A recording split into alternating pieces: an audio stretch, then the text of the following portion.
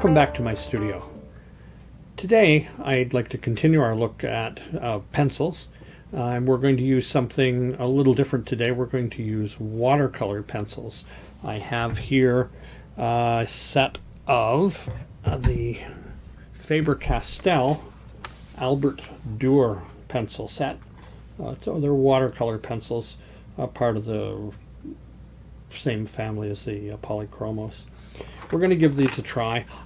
To be honest with you, I do not use these much. I occasionally will use them for backgrounds, to fill in large areas. I find sometimes that helps a lot. But they're interesting. They create watercolor effects, and they can be quite interesting. And I find actually where I do tend to use them a little more is for outdoor sketching. I find they're quite good for that. But we'll try a little demonstration sketch here and see what you think. So here we have the pencils. Missing a few from my set. I don't remember where I put them, but you can see they're the Albert Dürer Faber-Castell watercolor pencils. And this is a set of 24, and let's give them a try. See what they can do. So if you're going to work with watercolors, you're going to need watercolor brushes. So you'll need a few brushes. You don't need this selection. Actually, there are a couple here, a couple missing from here that I would like to have, but I don't do watercolors enough that I can justify spending the money on them. The watercolor pencils, they lay down much like regular pencils. They have a very smooth feel to them. But one of the things is that they're water soluble. So let's see how these guys react to water. So I have some sort of brushes here. We'll get some water on it, and you can see it brushes out. You can also see why I don't do watercolors. I don't have good brush technique.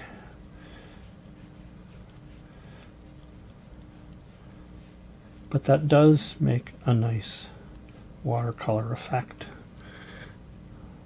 especially if you know how to handle a brush.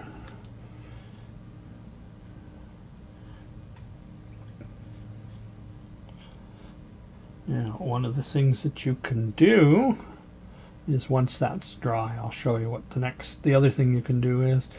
So I also have, let's try a green next to that and see what it looks like.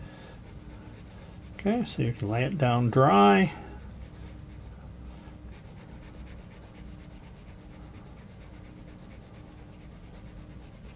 And you can put lots of color in there. And then I'm going to use a slightly drier brush this time.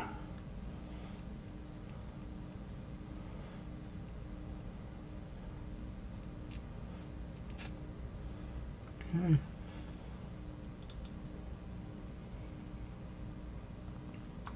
The other thing, is that dry now? That one's dry.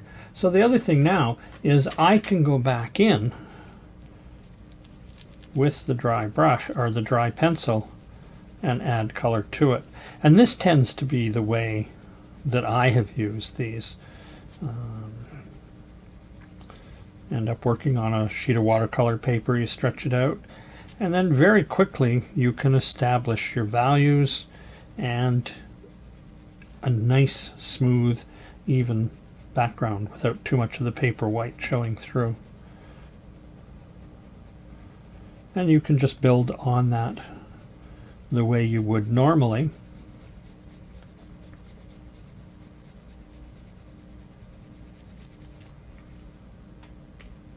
Okay, you can blend your colors. I can put in another blue on that. And they build up the same way that the regular colored pencils do. You could go back in and re-wet this.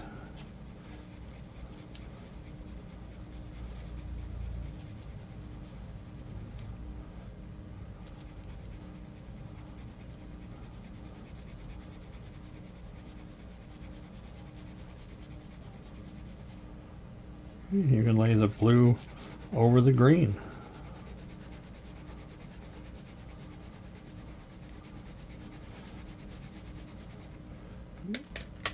We could lay some yellow in with that. So you can mix your colors. You can mix them dry and then wet them out. Use a oversized brush here, but better shape maybe for doing some of this.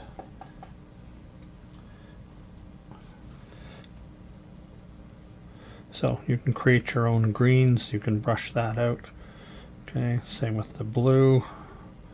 Okay, the blue that I'd already done. But as with watercolors, you're going to start lifting. So what I find with these is they are effective. I find they're good for sketching on site, because working the way I work, if I try to sketch on site to do a finished painting, I grow moss on my north side. The other thing that's interesting with these, I'll go back to my blue here. So I lay down some blue like so, but if I wet the pencil, I get this intense blue, and I do like this effect with them. And if you keep it wet, you can get some really intense color. It's really kind of nice.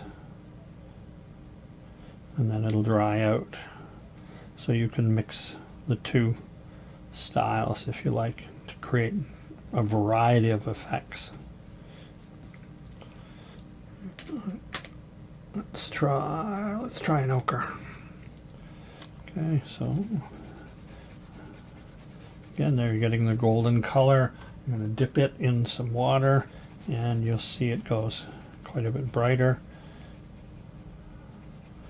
You can overlay, and again, if you use your brush, it's going to soften it. So you can go in, you can use the water to actually lift it out. Okay, but it really does take on a learning curve of its own, and I haven't worked with them enough to be able to produce, for me, satisfactory results with them. But I do enjoy playing with them, and I do enjoy using them for backgrounds. You know, lay in a good layer of sky, blend it in, wash it out. So you can see in here we're getting some nice watercolor effects.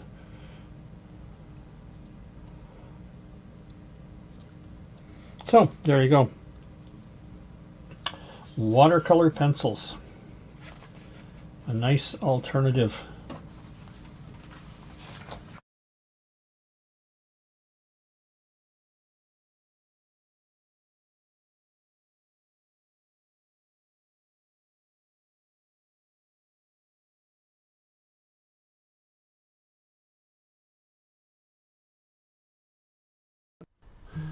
So I'm going to block in the colors quite loosely here, because when I apply the water, it will spread the color a lot more evenly.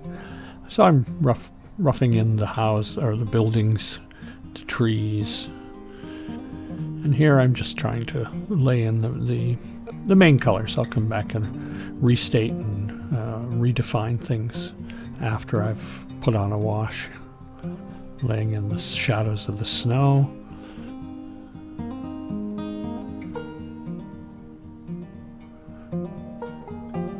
So you can see the water dissolves the pigments, spreads them out, and it looks very much like a watercolor.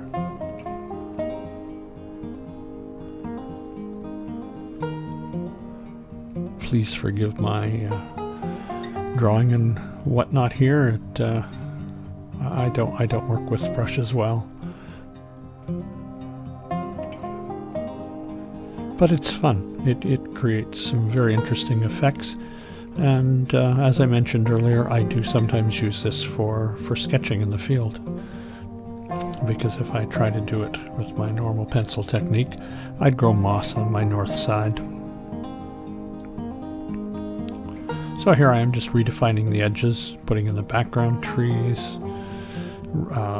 putting on some finishing touches on the buildings to define them a little more clearly, make them a little more believable. Put in the fence in the foreground. A few finishing touches, just the contrast. Background trees, wet everything out. And there we go. Well, that was interesting. I hope you enjoyed watching me make a fool of myself. If you did, a like and subscribe would be greatly appreciated. I look forward to seeing you next time. Stay safe.